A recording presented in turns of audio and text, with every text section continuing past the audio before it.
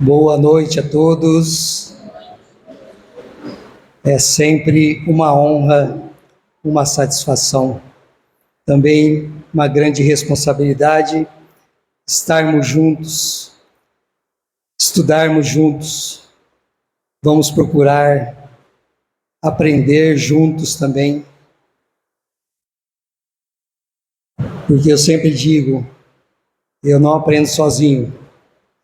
A gente tem que trocar as nossas experiências uns com os outros, para a gente poder aprender, e foi para isso que Deus nos colocou, uns bem perto dos outros. Vamos dar início à reunião desta noite com a leitura do Evangelho segundo o Espiritismo, em seu primeiro capítulo, Não vim destruir a lei, o Cristo.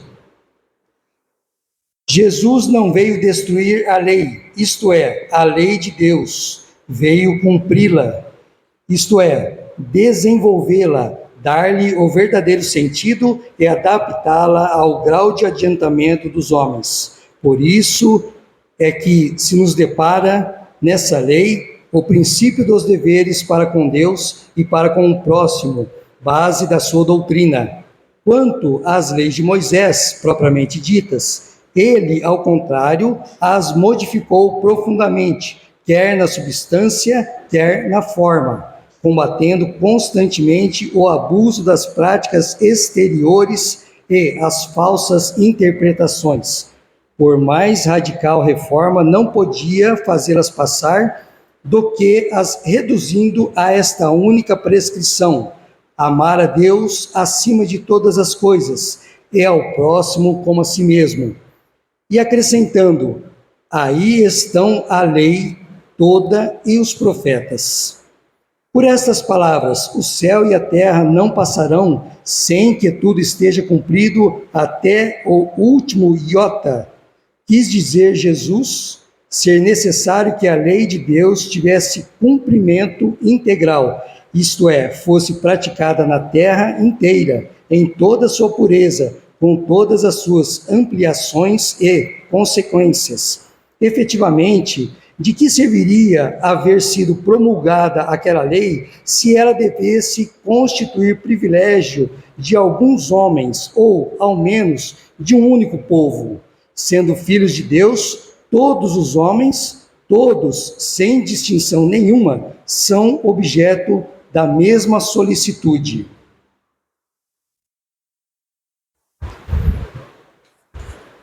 O tema que eu escolhi para hoje, para o estudo, é qual caminho nos leva a Deus? Eu gostaria de fazer uma reflexão, algumas observações, para que a gente pudesse pensar a respeito dessa questão, né? Como que a gente pode chegar a Deus? Primeiro, existe Deus? Para nós, sob o raciocínio da doutrina espírita, nós estamos pensando com a doutrina espírita, né? Não há dúvida sobre a existência de Deus. Então, nosso estudo se baseará nesta questão central, irrefutável para nós. E mesmo que alguém negue sua existência, nem por isso ele deixará de ser. Deus Ele é de todo sempre, Ele sempre existiu. Tudo é criado exceto Deus, está lá no Livro dos Espíritos, né?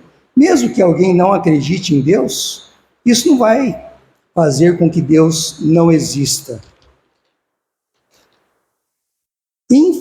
Infinitamente justo e bom, criou Deus mecanismos infalíveis e perfeitos para nosso progresso, que é a nossa proximidade para com Ele.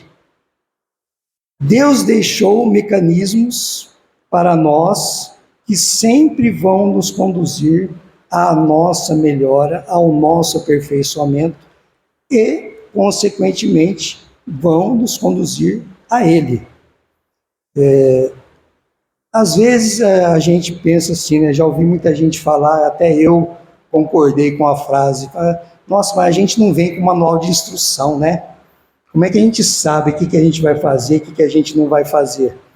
E aí está lá uma pergunta no Livro dos Espíritos. Onde é que está escrita a lei de Deus? E eu acho que todo mundo já sabe a resposta, né? Na nossa consciência. Aí está escrita a lei de Deus. Quer dizer, nós viemos com o manual de instruções? Viemos com o manual de instruções. Então, disso daí a gente já não pode reclamar. O mal é a ausência do bem. Portanto, nosso distanciamento dele, Deus.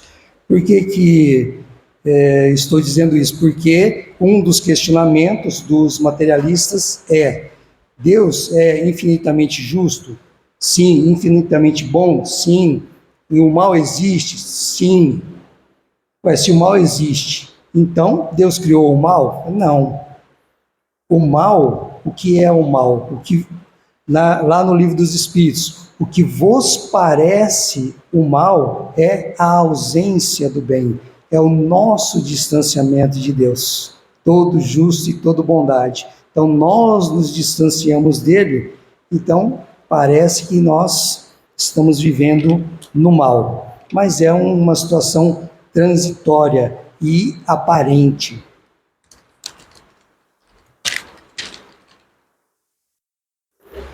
Mas, como Deus nos deixou e nos proveu com mecanismos perfeitos, sempre que nos desviamos, encontramos à nossa disposição meios necessários para retomarmos nossa direção para Ele. A decisão de usar estes recursos é nossa, é o livre-arbítrio. Cada vez que nós nos desviamos do caminho, Deus sempre tem ali alguma coisa para colocar perto da gente, ou no nosso caminho, ou onde a gente está falando, olha, não era melhor você ir por ali? Né?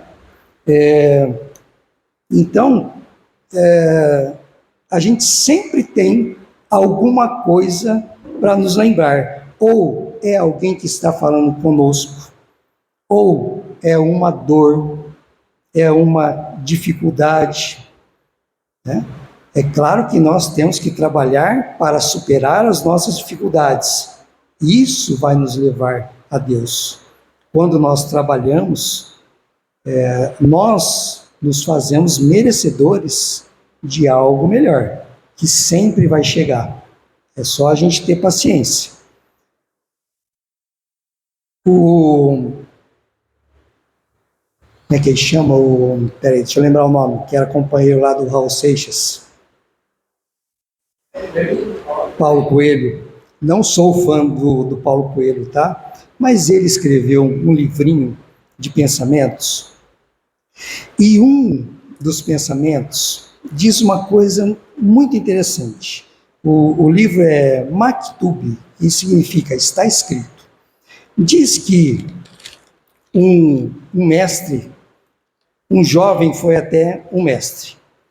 De manhã, ele foi até o mestre e perguntou: mestre, Deus existe? E o mestre falou assim: sim, Deus existe. Ao meio do dia, lá pela metade do dia, uma outra pessoa foi até ele e perguntou: mestre, Deus existe? Ele falou assim: talvez exista.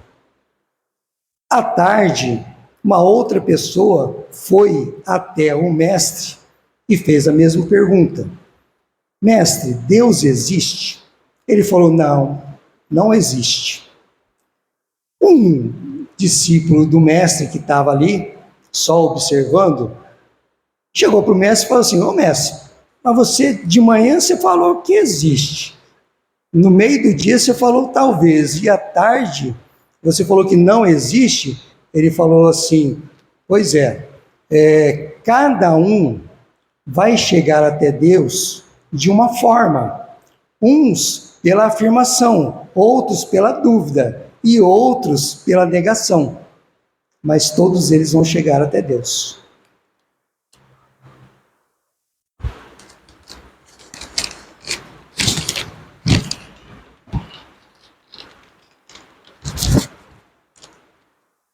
A todo momento, Deus envia servidores seus para auxiliar nosso progresso. Inclusive, quando em situações mais complicadas, Ele envia generais de alta patente e grande experiência.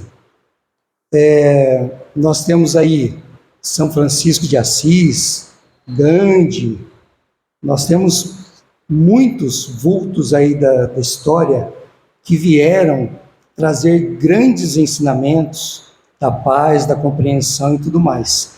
Só que nós também, cada um de nós, viemos também com esta tarefa. Eles vieram com missões, nós viemos com tarefas, né? Que é coisinha um pouquinho menor, não menos importante. Porque se cada um de nós não fizer a sua parte, aquele trabalho de formiga ali e tal, alguém vai ficar desamparado. Nós também vamos deixar de progredir. Jesus é um que veio no momento oportuno, proporcionando a mais marcante experiência humana. Então, vejamos aqui, Evangelho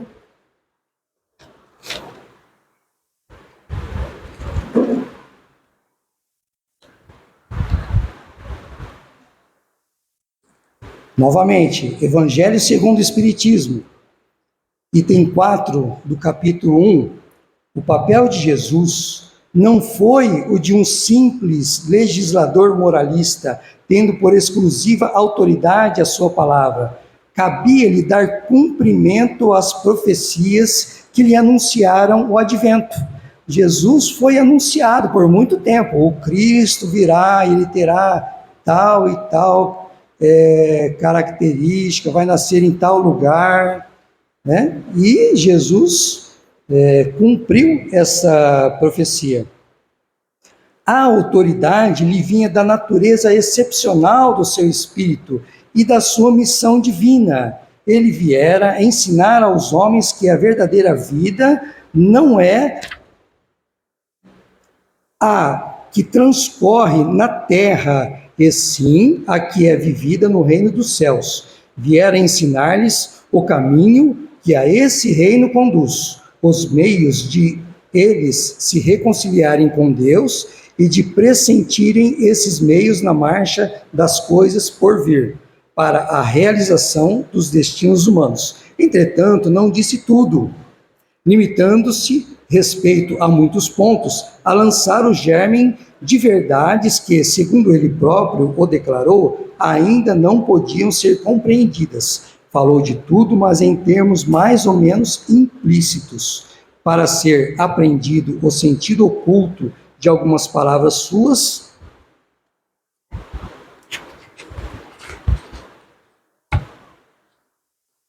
mister se fazia que novas ideias e novos conhecimentos lhes trouxessem a chave indispensável, ideias que, porém, não podiam surgir antes que o espírito humano houvesse alcançado um certo grau de madureza. A ciência tinha de contribuir poderosamente para a eclosão e o desenvolvimento de tais ideias.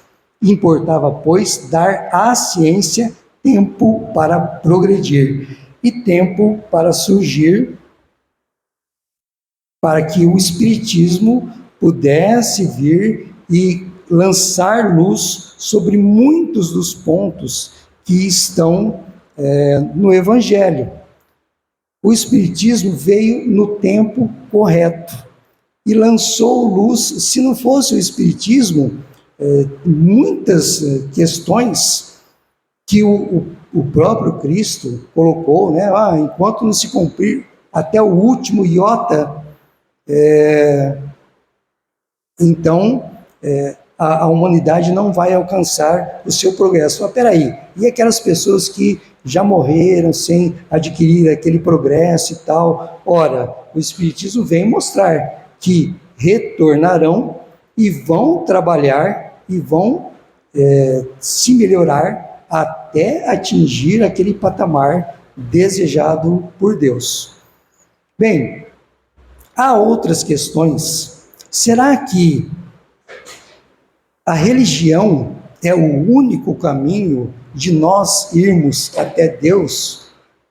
Não, a religião não é o único caminho de irmos até Deus. É claro que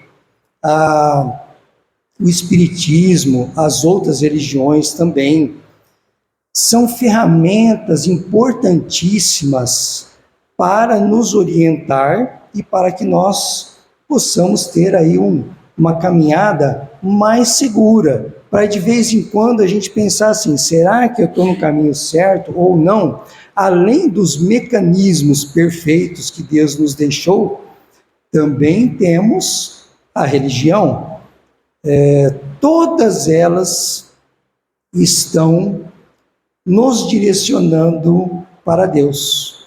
E quando nós pensamos assim, mas tal religião, nossa, ele só quer saber de explorar a pessoa, o Espiritismo conversa com os mortos,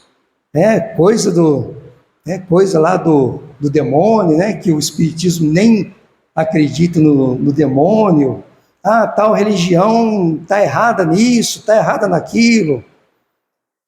Não precisamos nos preocupar com essas questões, porque, como está escrito, Jesus disse, toda planta que meu Pai não plantou será arrancada. Se o Espiritismo não serve, não é uma coisa de Deus, será arrancada. Se aquela religião lá que nós estamos preocupados não é uma coisa de Deus, será arrancada, aquilo lá vai acabar. Quer ver onde é que está isso daí? Tá? Olha só, eu fiz questão de pegar a Bíblia do meu benzinho, que está lá em casa, e falei assim, vou pegar emprestado aqui, que é para a gente ver que lá no Centro Espírita não tem problema. Olha, aqui a Bíblia está em casa. O nosso estudo é baseado aqui.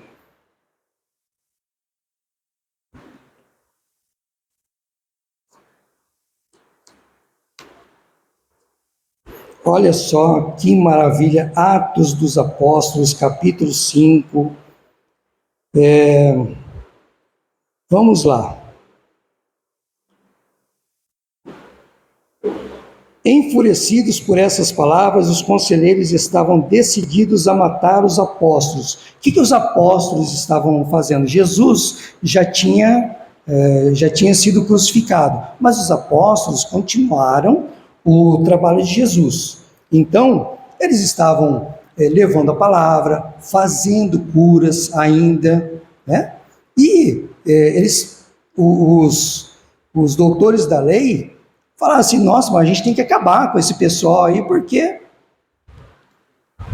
Aí vem Gamaliel. Quem era Gamaliel? Gamaliel era simplesmente o mentor do Paulo de Tarso. Foi aquele que instruiu Paulo de Tarso, que Paulo de Tarso consultava, quando ele tinha alguma dificuldade, ia lá e consultava o Gamaliel. Levantou-se então no Sinédrio um fariseu chamado Gamaliel, era doutor da lei e todo o povo o estimava. Gamaliel mandou que os acusados saíssem por um instante. Depois disse, homens de Israel, vejam bem o que estão para fazer com esses homens. Algum tempo atrás apareceu Teudas, que se fazia passar por uma pessoa importante, e a ele se juntaram cerca de 400 homens. Depois ele foi morto e todos os que o seguiam debandaram e nada mais restou. Depois dele, no tempo do recenseamento, apareceu Judas, o Galileu, que arrastou o povo atrás de si. Contudo, também ele acabou mal e todos os seus seguidores se dispersaram. Quanto ao que está acontecendo agora, dou-lhes um conselho. não se preocupem com esses homens e os soltem, porque se o projeto ou atividade deles é de origem humana, será destruído, mas se vem de Deus, vocês não conseguirão aniquilá-los. Cuidado para não se meterem contra Deus. Os participantes do Sinédrio aceitaram o parecer de Gamaliel.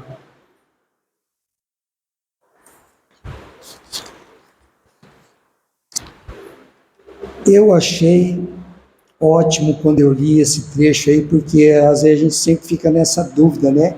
E a gente tem costume de criticar um tanto aquele que aquilo que a gente não conhece, não participa, a gente não vê. E os ateus? Será que eles chegarão a Deus?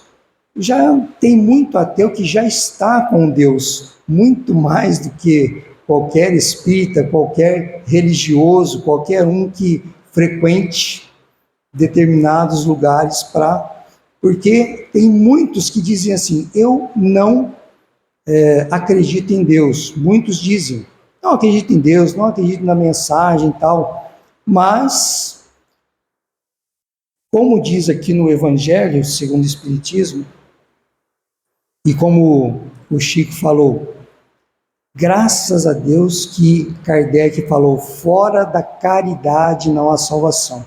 Porque se ele tivesse falado fora do Espiritismo não há salvação, eu estava fora, ele estava fora. Graças a Deus que ele disse, fora da caridade não há salvação. E muitos pensam que a base da doutrina espírita é a reencarnação. Quando fala doutrina espírita, reencarnação, a reencarnação é uma ferramenta. A base, o sustentáculo é a caridade, porque Kardec falou, fora da caridade não há salvação. A Bíblia também fala, poderia falar a linguagem dos anjos, falar todas as línguas, praticar prodígios e tudo mais. Se eu não tiver o amor, nada adiantará. E tem muita gente que diz que não acredita em Deus, mas é caridoso. Então, já está com Ele, porque está fazendo a vontade dEle. Ama o seu próximo. E não é esse o maior mandamento que Jesus nos disse? Amai a Deus sobre todas as coisas e ama o teu próximo. E quem não ama o próximo, não ama a Deus. Amigos, era isso que eu tinha para hoje. Eu espero poder ter acrescentado algo de bom para alguém. Aproveitem aquilo que for útil, descartem aquilo que não servir e vamos orar.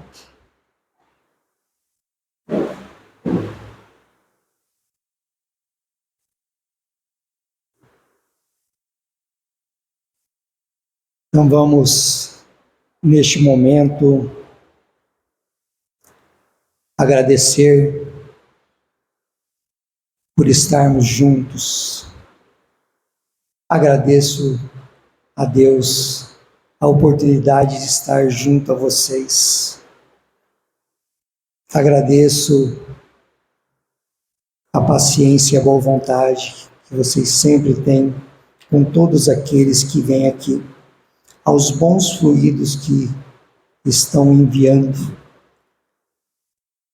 Vamos pensar então, aproveitando este momento de paz, vamos pensar nos nossos lares, vamos sentir agora os nossos lares, desejando que a paz esteja ali sempre, que a compreensão seja constante ali dentro, que nós também sejamos instrumentos desta paz, desta compreensão.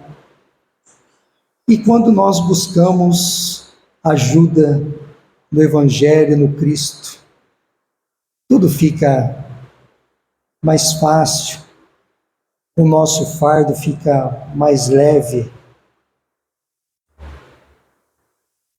que nós possamos amar a cada um que está junto de nós, assim como o nosso Mestre nos amou. Que assim seja. Quem estiver agendado para o passe de tratamento pode se dirigir à sala ao lado. Os demais permaneçam aqui e vão receber o passe. Agradecendo a oportunidade dessa noite, mais algumas palavras que isso nos traga responsabilidade, que nos traga uma forma nova de ver a vida, que nos traga a luz de Cristo, para que possamos seguir como essa luz infinita. Que assim seja.